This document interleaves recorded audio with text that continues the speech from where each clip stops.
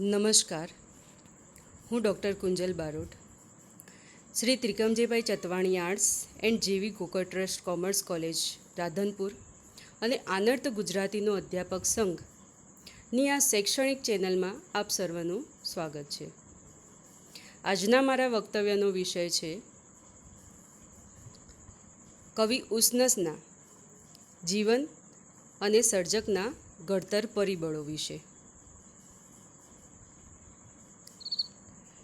અહીં આપણે તેમના જીવન, સર્જક વ્યક્તિત્વના ઘડતર પરિબળો, અભ્યાસ, કારકિર્દી વિષયક માહિતી પ્રાપ્ત કરીશું. ઉસનસ અનુગાંધી યુગના કવિ છે. તેઓ ગુજરાતી કવિતાના 6-7મા દાયકાના એક અગ્રણી કવિ છે. કવિતા ઉપરાંત સ્મરણકથા, નવલકથા, એકાંકી, નિબંધ તેમજ વિવેચનમાં એમની કામગીરી રહી છે. પરંતુ ઉસનસ પ્રધાનપણે તો કવિ તરીકે પ્રતિષ્ઠિત છે. એમનું કાવ્ય સર્જન 5મા દાયકાથી આરંભાયું હતું. ઉસનસની કવિતા પર ગાંધીયુગીન ચિંતન લક્ષણો જોવા મળે છે. તેમની પાસેથી ગુજરાતી ભાષાની ઉત્તમ કવિતાઓ સાંપડે છે. તેમના જીવન અને સર્જક વ્યક્તિત્વ વિશે વાત કરીએ તો ઉસનસ અને આરણ્યક તખલ્લુસથી સાહિત્ય સર્જન કરનાર શ્રી નટવરલાલ કુબેરદાસ પંડ્યાનો જન્મ વડોદરા જિલ્લાના સાવલી ગામે થયો હતો. ઉસનસની જન્મ તારીખ 28 સપ્ટેમ્બર 1920. તેમના માતાનું નામ લલિતાબેન અને પિતાનું નામ કુબેરદાસ હતું. અભ્યાસ વિષયક વાત કરીએ તો ઈસવીસન 1931થી 1936 સુધીના બાલ્યકાળ અને વિદ્યાભ્યાસના વર્ષો ઉત્તર ગુજરાત અને સાવલીમાં પસાર થયા. તેમણે પ્રાથમિક શિક્ષણ મહેસાણા, સિદ્ધપુર અને સાવલીમાં લીધું. માધ્યમિક શિક્ષણનો પ્રારંભ સાવલીમાં થયો. ઈસવીસન 1936થી ઈસવીસન 1938 સુધીનો અભ્યાસ તેમણે ડભોઈમાં મધ્ય ગુજરાતમાં પ્રાપ્ત કર્યો. ઈસવીસન 1938માં તેઓ મેટ્રિક થયા. એ જ વર્ષે 1938માં તેમના લગ્ન શાંતાબેન સાથે થયા. 1939માં તેમનું પ્રથમ કાવ્ય પ્રસ્થાનમાં પ્રકાશિત થયું. ઈસવીસન 1939થી 1942 દરમિયાન કવિએ વડોદરા કોલેજમાં ઉચ્ચ શિક્ષણ મેળવ્યું. મુખ્ય વિષય સંસ્કૃત સાથે 1942માં તેઓ BA થયા. એ પછી દેશની આઝાદી માટે મહાત્મા ગાંધીજી દ્વારા શરૂ કરવામાં આવેલી હિન્દ છોડો ચળવળમાં તેમણે સક્રિય યોગદાન આપ્યું અને એ માટે થઈ અને એમણે 1 વર્ષ ઉચ્ચ શિક્ષણનો કોલેજનો અભ્યાસ પણ છોડી દીધો. ઈસવીસન 1944માં એમણે ટીચિંગ ડિપ્લોમા પાસ કર્યો હતો. 1945માં મુખ્ય વિષય ગુજરાતી સાથે તેઓ MAની પદવી મેળવે છે. અભ્યાસ બાદ તેમની કારકિર્દી વિશે વાત કરીએ તો ઉસનસે અભ્યાસની સાથે સાથે નોકરી પણ કરી. ઈસવીસન 1942થી 1946 દરમિયાન વડોદરાની રોજરી હાઈસ્કૂલમાં શિક્ષક રહ્યા હતા. આ સમય દરમિયાન તેમણે કાશ્મીરનો પ્રવાસ કર્યો. ઈસવીસન 1946માં તેમણે આકાશવાણી વડોદરામાં થોડો સમય નભોવાણીના તંત્રી તરીકે કાર્ય કર્યું હતું. ઈસવીસન 1947થી 1957 દરમિયાન તેઓ નવસારીની ગારડા કોલેજમાં ગુજરાતીના અધ્યાપક હતા. ઈસવીસન 1948માં એમણે રાષ્ટ્રભાષા વર્ધાની કોવિદની પરીક્ષા પ્રથમ શ્રેણીમાં પાસ કરી હતી. 1952માં એમણે 2 અધ્યયનો નામનું પુસ્તક આપ્યું હતું. એમાં એમણે ઉમાશંકર જોશીના પ્રાચીના પદ્ય નાટક અને શેષના કાવ્યોનું વિવેચન આપ્યું હતું. 1955માં એમણે ટ્રેન દ્વારા ભારત પ્રવાસ કર્યો. એ વર્ષે જ એમણે પ્રથમ કાવ્ય સંગ્રહ પ્રસૂન પ્રગટ કર્યો. ઈસવીસન 1956માં એમણે નેપથ્ય નામનો કાવ્ય સંગ્રહ આપ્યો હતો.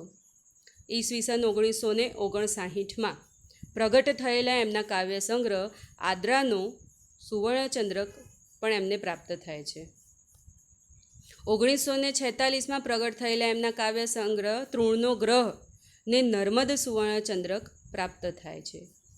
1957થી 1969 દરમિયાન તેઓ વલસાડની આર્ટ્સ કોલેજમાં ગુજરાતી ભાષા સાહિત્યનું અધ્યાપન કાર્ય કરે છે.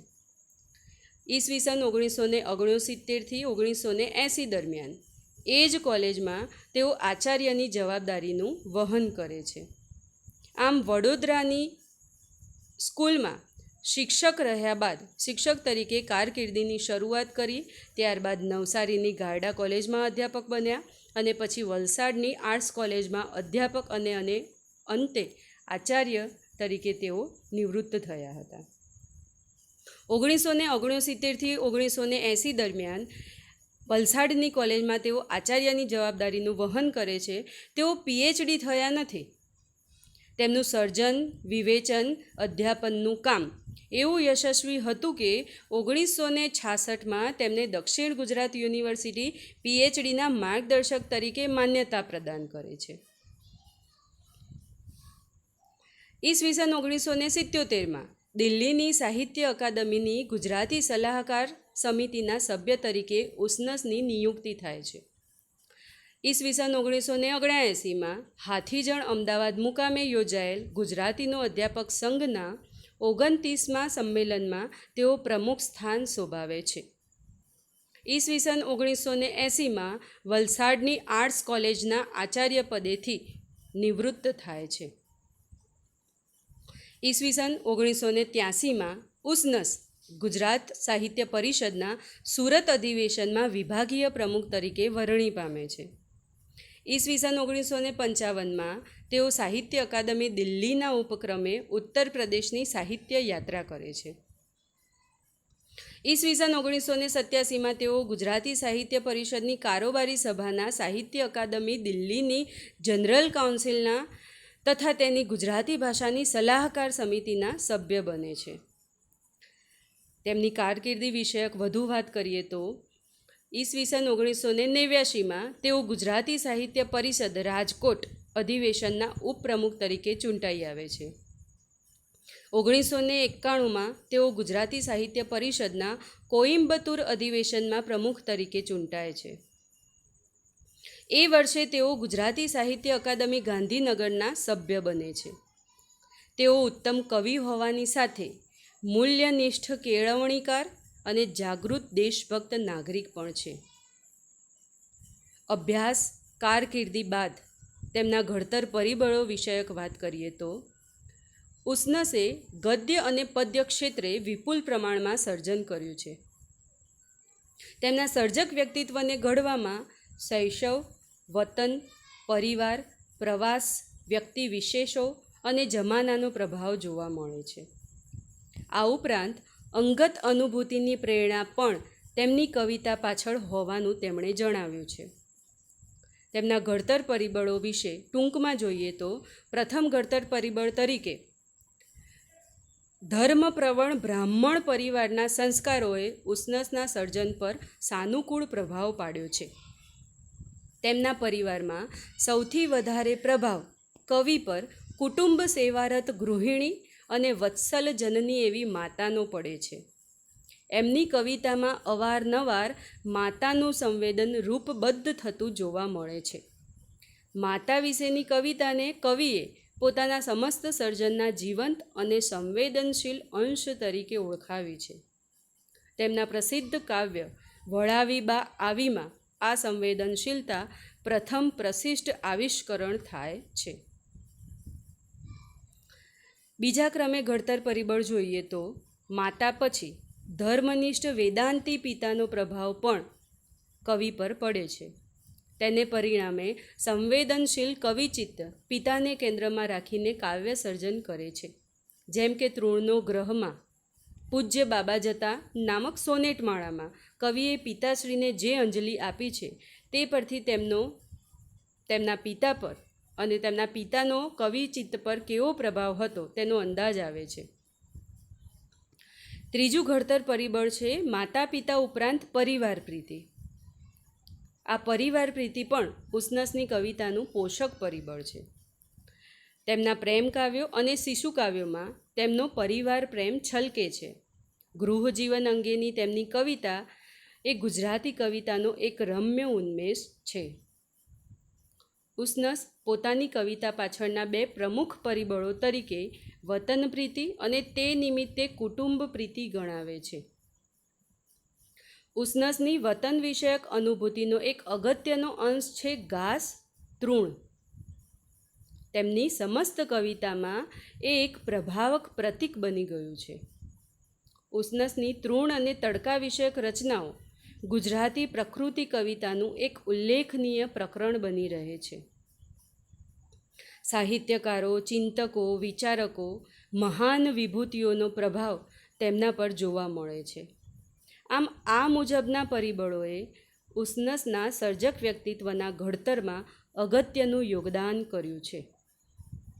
અંતે ઉપસંહારમાં આપણે જોઈએ તો અનુગાંધી યુગમાં થઈ ગયેલા કવિ ઉસનસ એક સમર્થ સર્જક, ઉત્તમ કવિ, લઘુ નવલકાર, હાસ્ય લેખક, એકાંકીકાર, વિવેચક અને સંપાદક તરીકે શ્રેષ્ઠ સર્જન કરે છે.